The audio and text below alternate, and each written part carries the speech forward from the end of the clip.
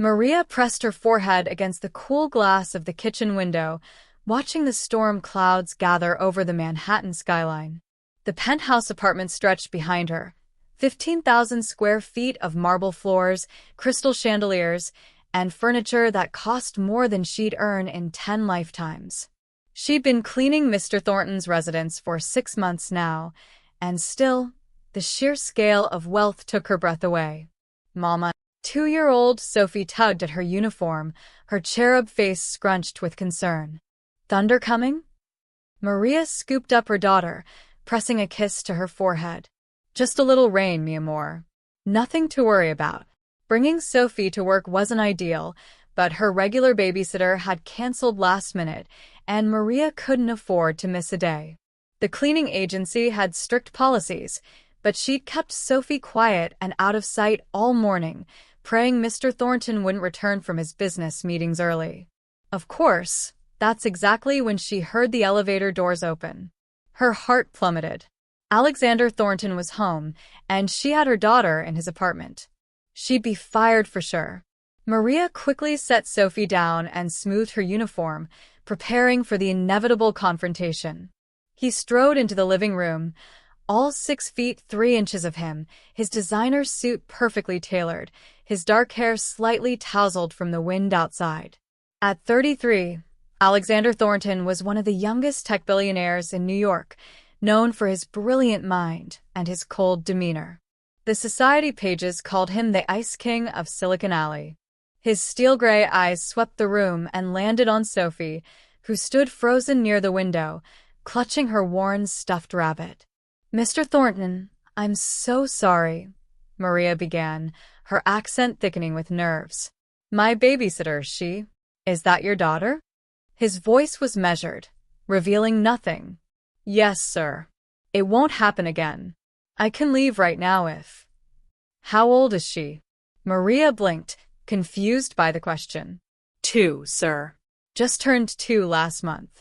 Something flickered across Alexander's face, so quickly she almost missed it. Pain, perhaps, or memory.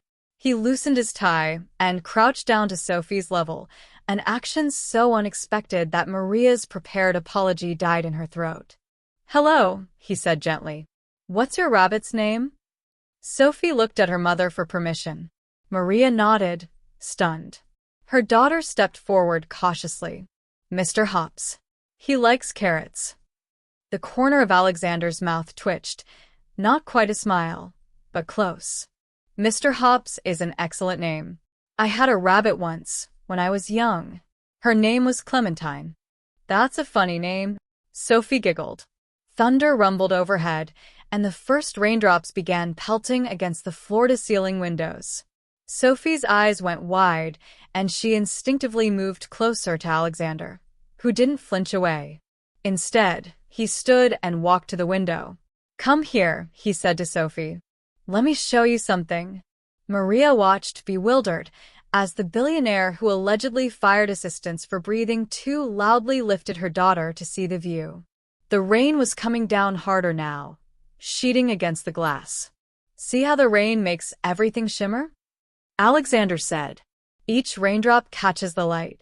My sister used to say the rain was washing the world clean, making it new again. You have a sister? Sophie asked. The light in his eyes dimmed. I did. Her name was Lily. Maria's breath caught. She'd heard whispers among the other staff, something about a tragedy in Alexander Thornton's past, a loss that had changed him. But no one knew the details, and no one dared ask. Sophie reached out and patted his cheek with her tiny hand. It's okay to be sad. Mama says crying makes the sad smaller. For a long moment, Alexander just stared at the toddler in his arms. Then he carefully set her down, straightened his suit jacket, and turned to Maria. His expression had returned to its usual careful neutrality. She can stay, he said simply. But she might get bored. The playroom on the 3rd floor hasn't been used in years, but it should have everything she needs. Playroom? Maria echoed. Sir, I couldn't. You have work to do, don't you? It wasn't really a question. He looked at Sophie again. Would you like to see a room with toys? Sophie's face lit up, and before Maria could protest, Alexander was leading them to a room she'd never been allowed to enter. He opened the door, and Maria gasped. It was a child's paradise, or it had been once. Toys lined the shelves, a dollhouse stood in the corner, and a reading nook was filled with books. But everything was coated in dust, frozen in time, like a museum exhibit of childhood joy. This was Lily's room, Alexander said quietly. She'd want someone to enjoy it. He left without another word, returning to his study. Maria stood in the doorway, watching Sophie explore with cautious delight, wondering what tragedy had befallen the man who seemed to have everything. As the afternoon wore on, Maria cleaned while keeping one eye on Sophie. The storm intensified, rain hammering against the windows with increasing fury. She was dusting the hallway when she heard voices, one deep, one high and bright. She found them in the playroom. Alexander had returned, his suit jacket discarded, his shirt sleeves rolled up. He was sitting on the floor with Sophie, helping her build a tower with wooden blocks. This one goes here, Sophie instructed with the absolute certainty only a 2-year-old could possess. Are you sure? Alexander asked seriously. I think it might fall. Try it. He placed the block where she indicated. The tower wobbled but held. Sophie clapped her hands in triumph, and this time, Alexander actually smiled. A real smile that transformed his entire face. Maria must have made a sound because he looked up and their eyes met. In that moment, something passed between them, an understanding, perhaps, or a question. Whatever walls he'd built around himself, her daughter had found a crack. Mr. Thornton, Maria said softly, you don't have to. I want to, he interrupted. He looked at Sophie, who was already starting a new tower. If that's all right with you. What could she say? That she was terrified of whatever was happening here? That she could see the pain in his eyes and didn't know how to help? That her daughter had somehow reached a part of him everyone else thought was dead? Of course, Maria whispered. Outside, the storm raged on, but inside, something was beginning to shift, something that would change all their lives in ways none of them could imagine. The rain showed no signs of stopping. If anything, it had intensified, turning the city into a gray wash beyond the windows.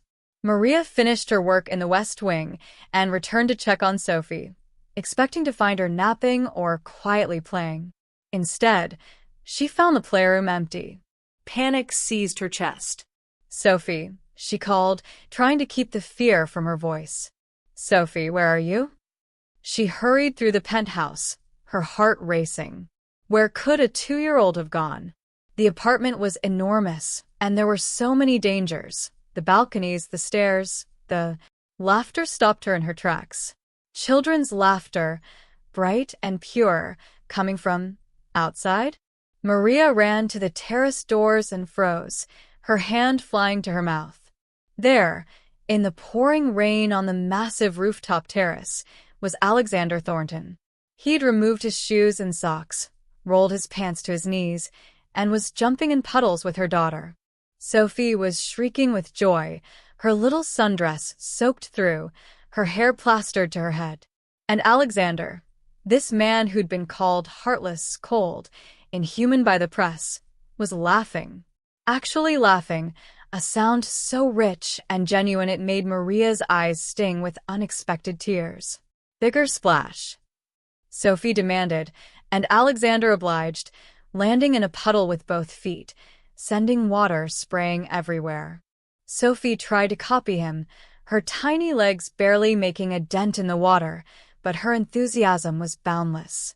Mr. Thornton, Maria called from the doorway, torn between relief and horror.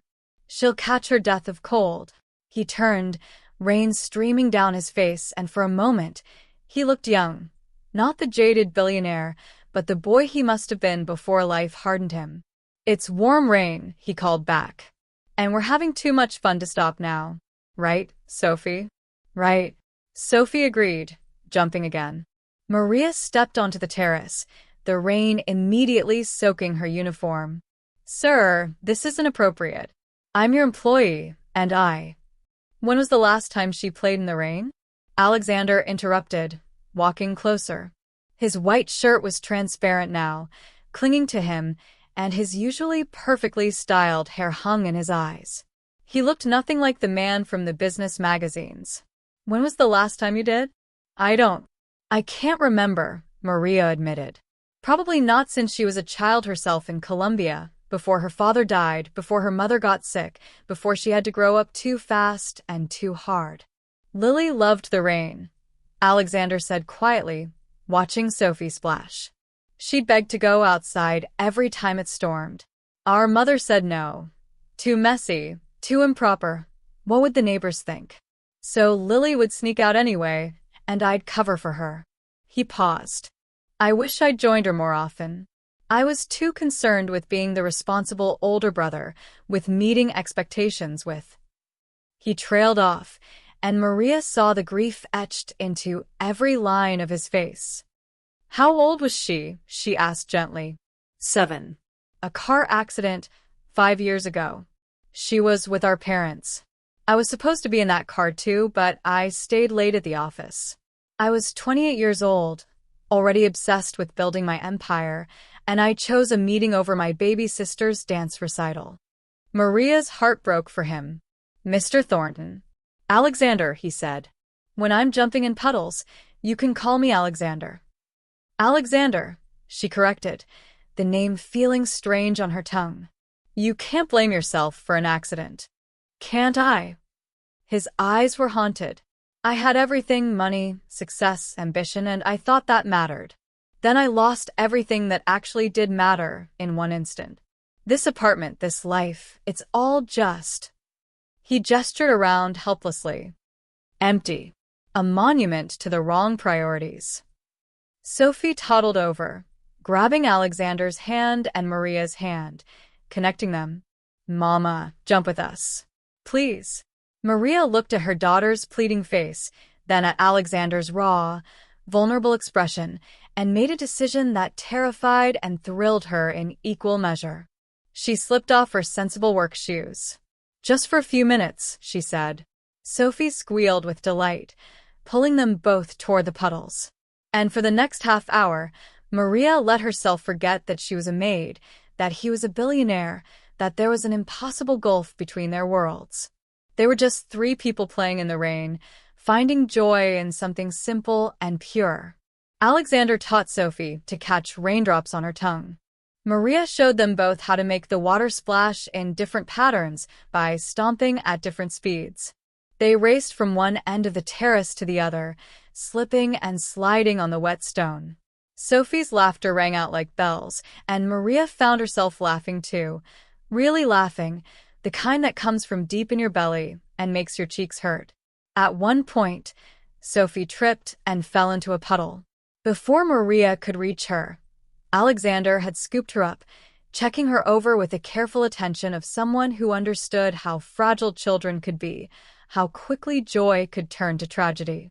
But Sophie was fine, giggling at how wet she was, and Alexander set her down gently, keeping one hand hovering near her back just in case. Maria caught his eye, and something passed between them again, something warm and dangerous and impossible to name. "I haven't felt this alive in 5 years, Alexander admitted, his voice barely audible over the rain. "She reminds me of Lily. The fearlessness, the joy in everything. I'd forgotten that existed." "She sees the good in everyone," Maria said. "Even when I tell her the world isn't always kind, she doesn't believe me yet. I hope she never has to." "You're a good mother." The compliment, simple as it was, made Maria's throat tight. No one ever told her that. They just saw a single mom working 3 jobs, struggling, barely keeping her head above water. "I'm trying." Her father, he left before she was born, said he couldn't handle the responsibility. "So it's just us." "His loss," Alexander said firmly. "Anyone who'd walk away from that little girl is a fool."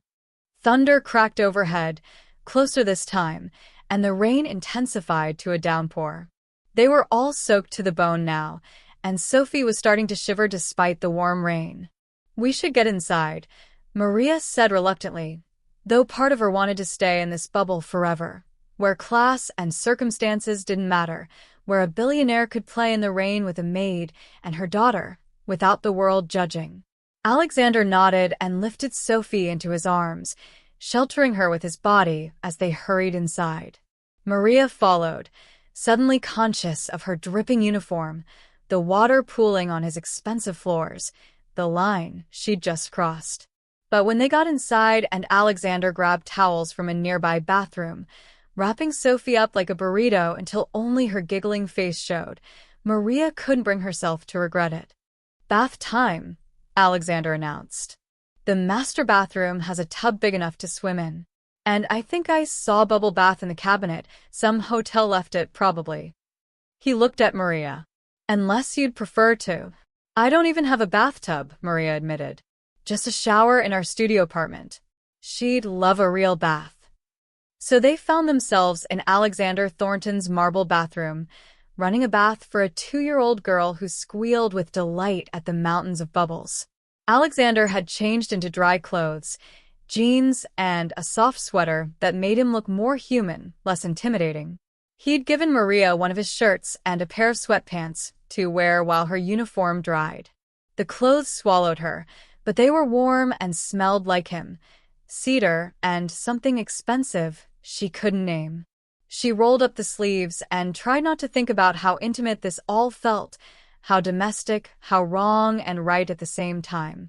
While Sophie played in the bath, making bubble beards and laughing, Alexander sat on the floor with his back against the wall, watching with an expression of bittersweet longing. "I used to give Lily baths," he said quietly. "After her parents died, before the social workers figured out I could keep her. She'd make me do all the voices for her bath toys. I was terrible at it, but she never complained." "You raised her?" Maria asked, sitting beside him. "For 6 months. Best 6 months of my life, despite everything. Then the accident." He swallowed hard. "This apartment was going to be our fresh start. I'd finally made enough money to give her everything. Instead, it became my prison."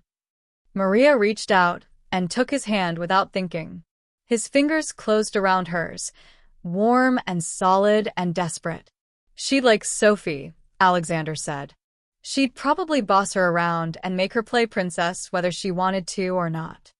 "Sophie would love it," Maria assured him. "She's never had anyone to play with. Daycare's too expensive, and the other kids in our building, they're older, not interested in toddlers." They sat in comfortable silence, watching Sophie play, their hands still intertwined. And Maria realized that something had shifted irrevocably between them, something that began with kindness to a child and was growing into something much more complicated, much more impossible, and much more real than either of them had planned. Over the following weeks, something remarkable happened. Alexander Thornton began coming home early. The man who'd been famous for 18-hour workdays and sleeping at his office started appearing at the penthouse by 4 o'clock. He always had some excuse: a meeting canceled, a conference call rescheduled, work he could do from home. But Maria knew the truth.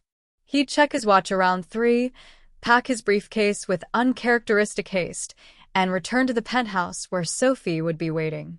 Maria had started bringing her daughter every day. Alexander had actually insisted, in that commanding way of his that made it clear the discussion was over.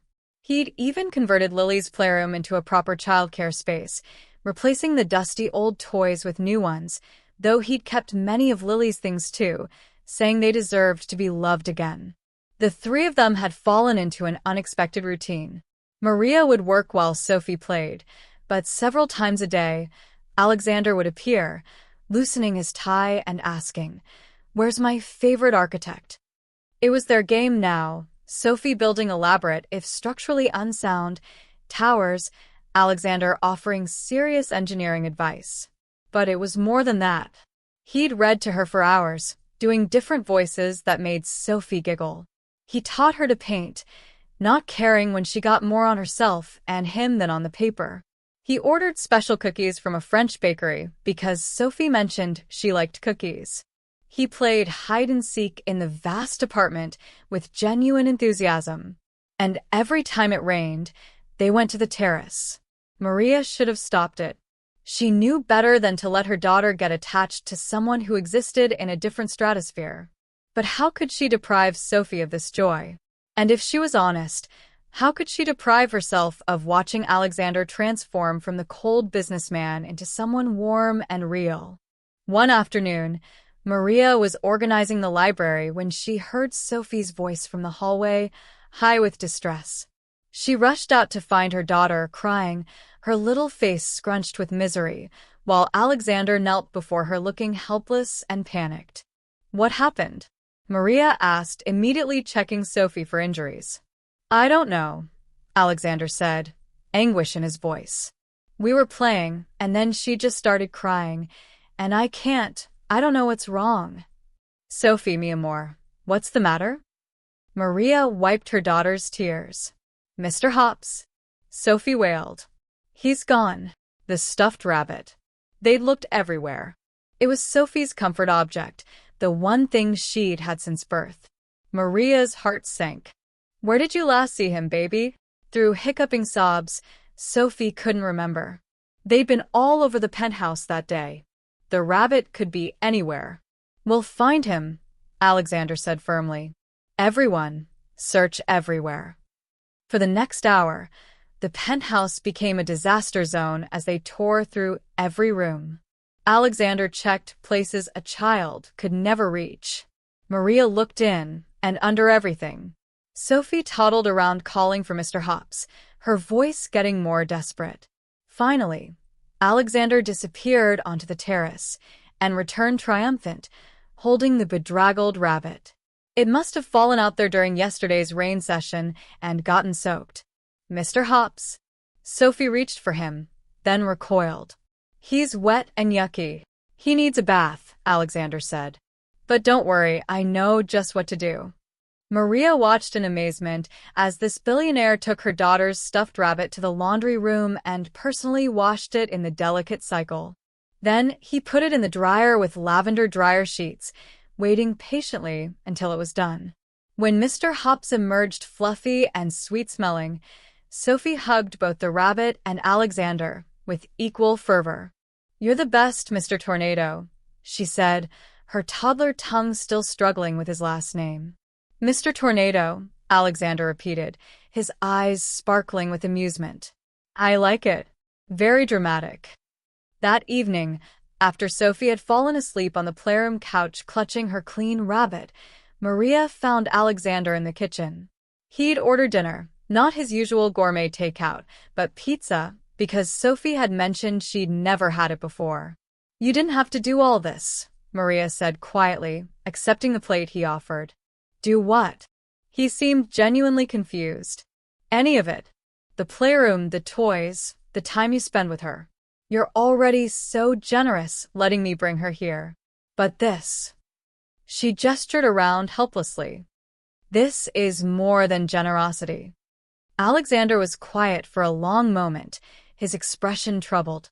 When he finally spoke, his voice was raw with emotion. "After Lily died, I thought I was done. Not suicidal," he added quickly, seeing Maria's alarm. "Just finished. Like all the color had drained from the world, and I was just going through the motions of living without actually being alive." He set down his pizza, his hands clenching into fists. "I threw myself into work because it was the only thing that didn't hurt. Numbers, code, business deals, they made sense. They were predictable. They couldn't die on me."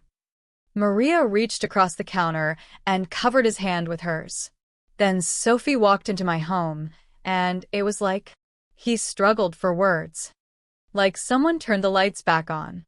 When I see her smile, when I hear her laugh, I remember what I was supposed to be living for. She reminds me of Lily, yes, but she's also herself, this perfect little person who thinks I'm Mr. Tornado and demands I watch her jump." "Alexander." "I know it's selfish," he interrupted. "I know I should keep my distance. She's your daughter. not my chance at redemption. But Maria, she saved my life. Not dramatically, not all at once, but day by day, she's reminded me how to feel. Tears were streaming down Maria's face now. You've given her so much. Things I could never afford, not just toys, but time and attention and patience. You've shown her a world beyond our tiny apartment, beyond the struggle. You've made her feel important and valued and seen. She is important, Alexander said fiercely. She's the most important person I've met in 5 years. They stared at each other across the counter, and Maria felt the weight of everything unspoken between them. This wasn't just about Sophie anymore, hadn't been for weeks. The way Alexander looked at her when Sophie wasn't around, like she was something precious and impossible. The way her heart raced when he walked into a room.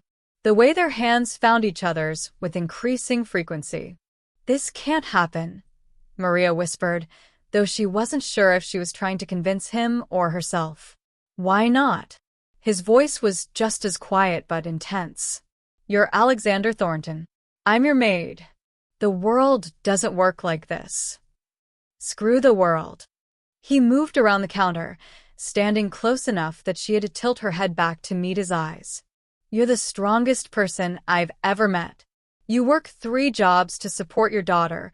You immigrated to a foreign country alone. You're taking night classes to get your accounting degree. You're brilliant and brave and beautiful, and the fact that you currently clean my apartment doesn't define you. You're bored, your investors, the media, they destroy you for being with someone like me. Let them try. His jaw was set with determination. I've spent 5 years not caring about anything. If they want to come after me for caring about you and Sophie, they'll find out what it's like when I actually fight for something. And Sophie. Maria's voice broke. What happens when you get bored, when the novelty wears off? She adores you. It would break her heart. Alexander flinched, as if she'd struck him. Is that what you think of me? That this is novelty? That she's some kind of distraction? I don't know what to think, Maria admitted. This is all happening so fast, and it's so far outside anything I imagined. Mama? Sophie's sleepy voice interrupted from the doorway, Mr. Hops dragging on the floor. Bad dream. Instantly, both Maria and Alexander moved toward her. Alexander got there first, scooping her up with practiced ease. What was the dream about, little one? You went away, Sophie sniffled into his shoulder. You were gone, and I was sad. Over Sophie's head, Maria saw Alexander's expression crumble. He held her daughter tighter, pressing a kiss to her hair. I'm not going anywhere, he promised. Not unless you want me to. Never want you to go, Sophie mumbled, already drifting back to sleep in his arms.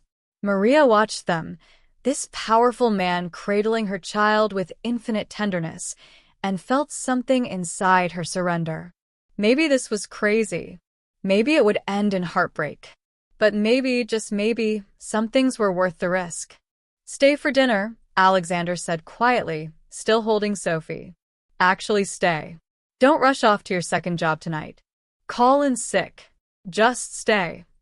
Maria knew she should say no. Her shift at the diner started in 2 hours.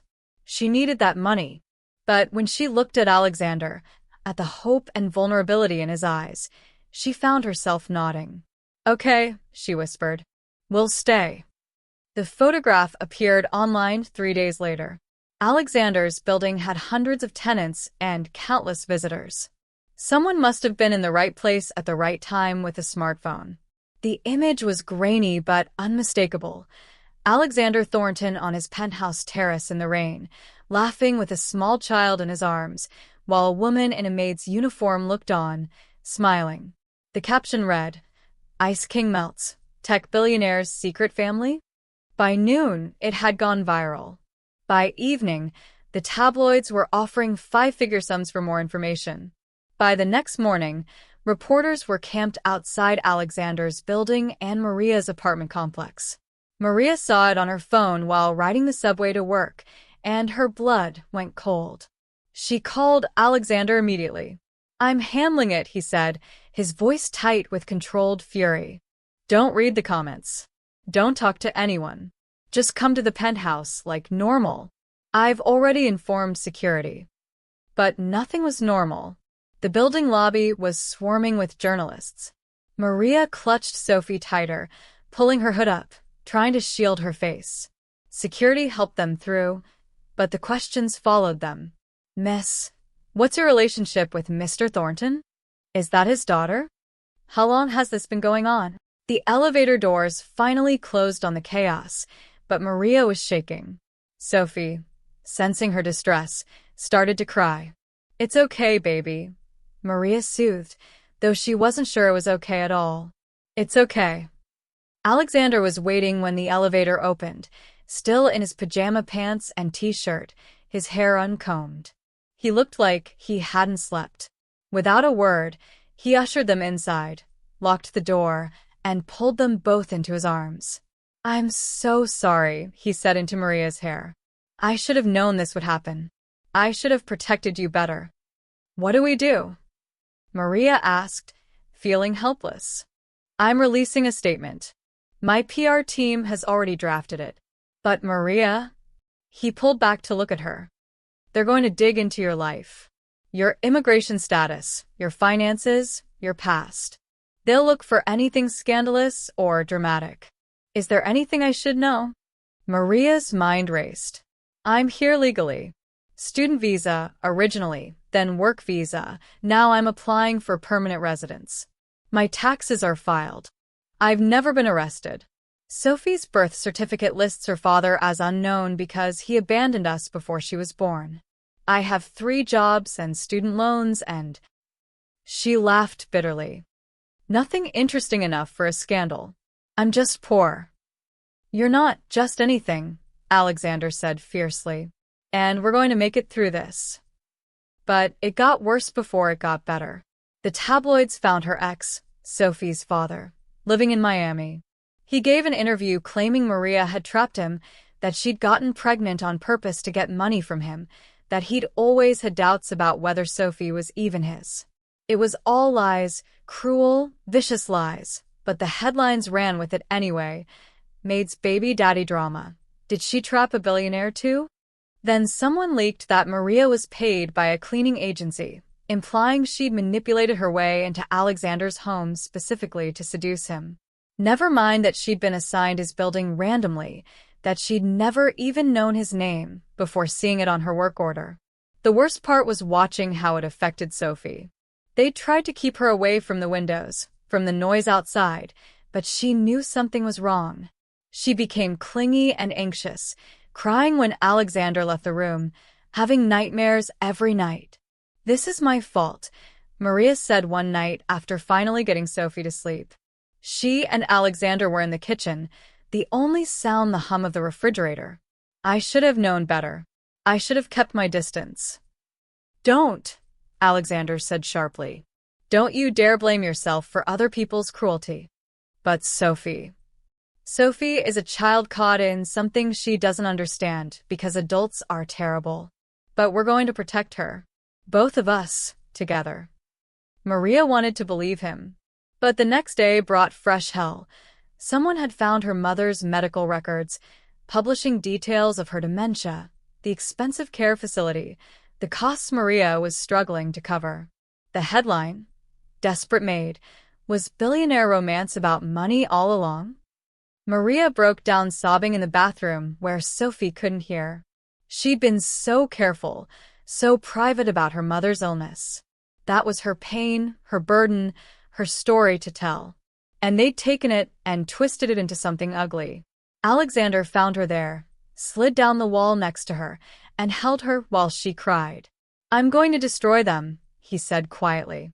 Every publication that printed lies, every website that invaded your privacy. I have lawyers. I have resources. And I have something they're about to discover I haven't used in 5 years, righteous anger. He tipped her chin up gently, making her meet his eyes. But first, I need to know something. Is this worth it to you? Because if you tell me to walk away, if you say Sophie's well-being means we can never explore what's between us, I will respect that. I'll still protect you both. I'll still make sure you're taken care of, but I'll step back. Maria's heart clenched. The easy answer was yes. Protect Sophie, avoid the scandal, return to their separate worlds. But when she looked at Alexander, she didn't see the billionaire from the magazines. She saw the man who'd jumped in puddles with her daughter. The man who did silly voices during story time. The man who'd held her when she was breaking and promised to stand between her and the world. I'm terrified, she admitted. But I'm more terrified of a life where I chose fear over love. Alexander's breath caught. Love. Maria laughed, the sound watery but real. Did you think I was in this for your money? I know what the headlines say, but I've been falling in love with you since you handed Mr. Hops back to Sophie like he was made of glass. Since you let yourself be vulnerable enough to mourn your sister in front of us. Since you proved that the Ice King was just a man who'd been hurt and was learning to hope again. Maria, his voice broke on her name. But I need to know, she continued, her heart in her throat. Is this real for you too? Not just healing from grief through Sophie, not just rebellion against your sterile life, but real? Because I can't. I won't. Let Sophie grow more attached if there's any chance this is temporary. Alexander framed her face in his hands, his thumbs wiping away her tears. I love you, he said, clear and certain. Not the idea of you, not what you represent, but you. Your strength, your humor, the way you love Sophie so fiercely you'd give up everything for her happiness. The way you called me Mr. Tornado and made it sound like a compliment. The way you see me, not my money, not my reputation, just me. He kissed her then, soft and sweet and full of promise. When they broke apart, Maria was crying again, but these were different tears. And Sophie, he continued, I love her like she's mine. Not to replace Lily, never that, but as herself. She's worked her way into my heart so completely, I can't imagine a day without hearing her call me Mr. Tornado, without building block towers that defy physics, without her tiny hand in mine. So what do we do? Maria asked. The media, the judgment, we fight, Alexander said simply. And we win. Because I didn't survive losing my family just to lose the chance at a new one. The next day, Alexander held a press conference. Maria watched from his office, Sophie playing quietly beside her, unaware of the storm her existence had created. Alexander stood at the podium, every inch the powerful executive, and the room fell silent. 5 years ago, I lost my parents and my 7-year-old sister in an accident, he began, his voice steady and clear. I blame myself. I withdrew from the world. I built an empire but forgot how to build a life. Then I met someone who reminded me what living meant. Not because I was paying her, not because she wanted something from me, but because she has a daughter who is pure joy incarnate, and she raised that child while working 3 jobs and caring for her ailing mother, and somehow still manages to see the good in people. Even in someone like me, who'd forgotten how to see good in himself. The reporters were silent, hanging on every word. Maria Reyes is the strongest, kindest, most genuine person I've ever met. And yes, I'm in love with her.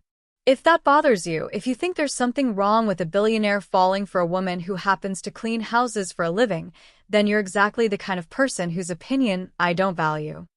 He gripped the podium, and Maria saw his knuckles go white.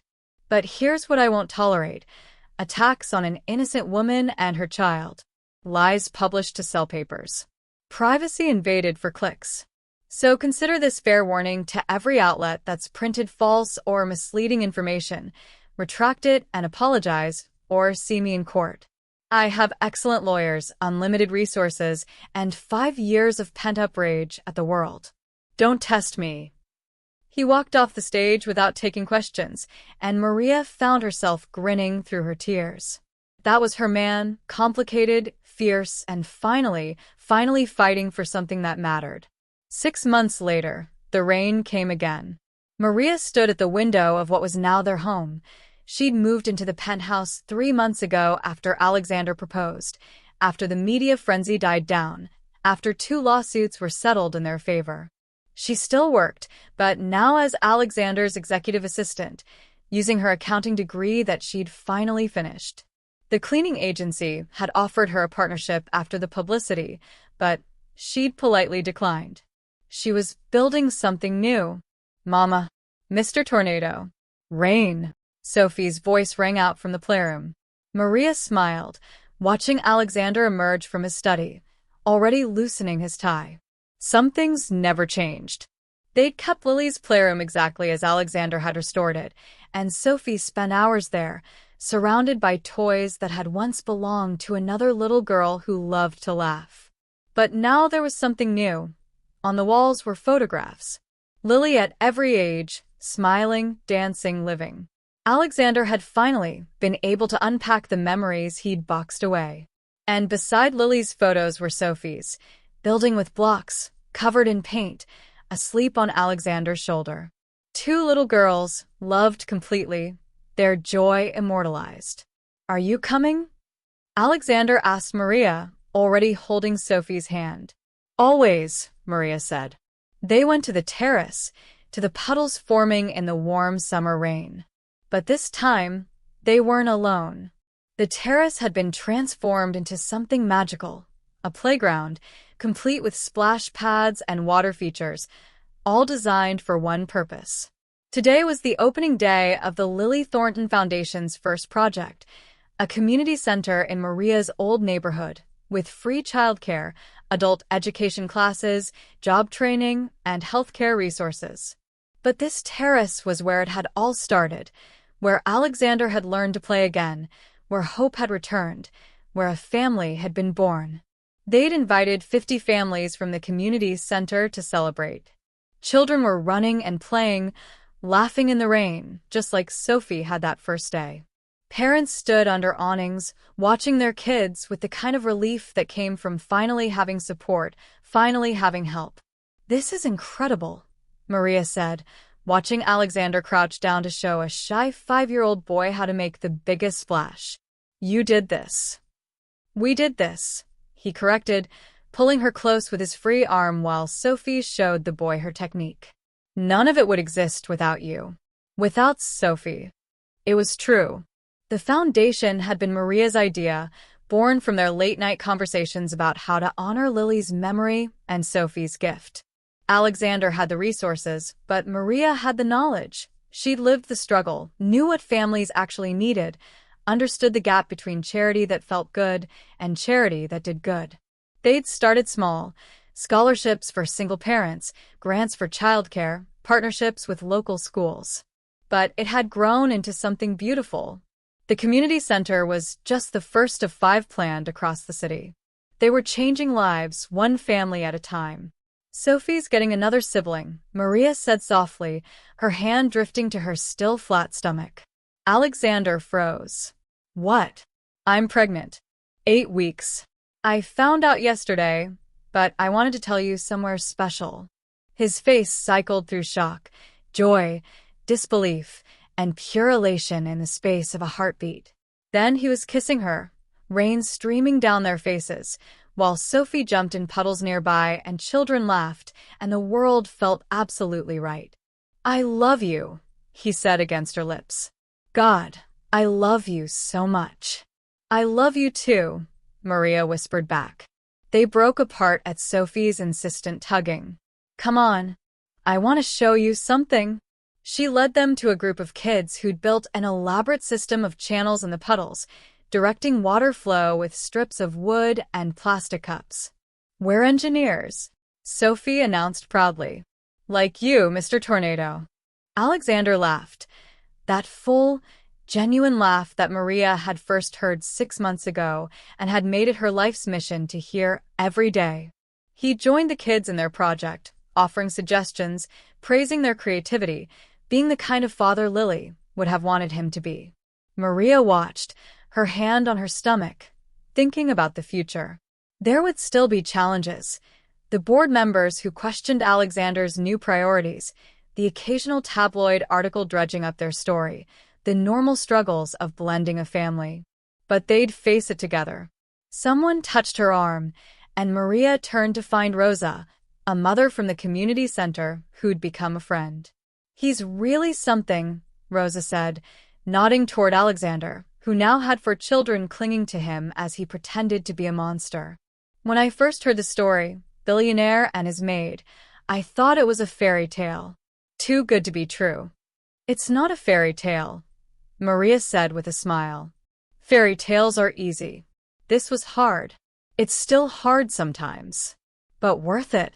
Maria looked at Alexander, at Sophie, at the community they were building, at the life growing inside her, and felt certainty settle into her bones. Worth everything.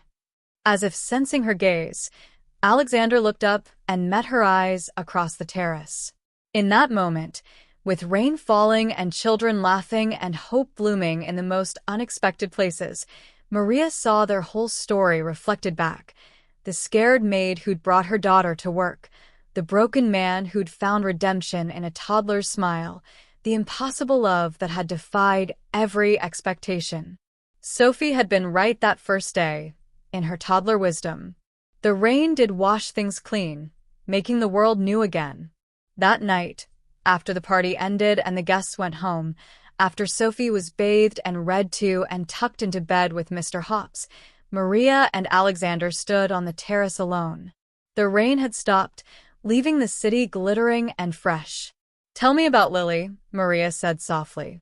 It was something she did sometimes, keeping his sister's memory alive through stories. Alexander smiled, the sadness in his eyes now tinged with warmth instead of just pain. "She used to say she wanted to be a teacher when she grew up. She loved helping other kids learn. She was patient and kind, and she never made anyone feel stupid for not understanding something. The foundation would make her proud." "I think so. I think she'd love that kids are playing in the rain because of her. That families are getting the support they need. That her big brother finally remembered that people matter more than profit margins." He turned to face Maria fully, taking both her hands in his. "You know what else she'd love? You. She'd think you were the bravest person ever. And she'd adore Sophie. They'd be best friends. And this new baby," his voice caught with emotion. "She'd be so excited to be an aunt, even if just in spirit." "She is an aunt," Maria said firmly. "Both our children will know about Lily. Her love of rain, her kindness, her joy. She'll be part of our family always." "Our family," Alexander repeated, wonder in his voice. 6 months ago, I couldn't imagine those words applying to me again. Now I can't imagine anything else. They stood there for a long moment, holding each other as the city sparkled below them. Then Sophie's voice drifted from inside. "Mama? Mr. Tornado? I can't sleep." They looked at each other and laughed, the sound of it pure and uncomplicated. "Duty calls," Maria said. "Best duty in the world," Alexander replied. They went inside together, to the child who'd brought them together, to the home they'd built from grief and hope and unexpected love. Behind them, the terrace gleamed with rain, waiting for the next storm, the next chance to jump in puddles, the next opportunity to remember that sometimes the simplest joys are the most profound. And somewhere, in whatever place sisters go when they're gone too soon, Lily smiled, knowing her brother had finally found his way back to living, not in spite of the rain, but because of it. The end.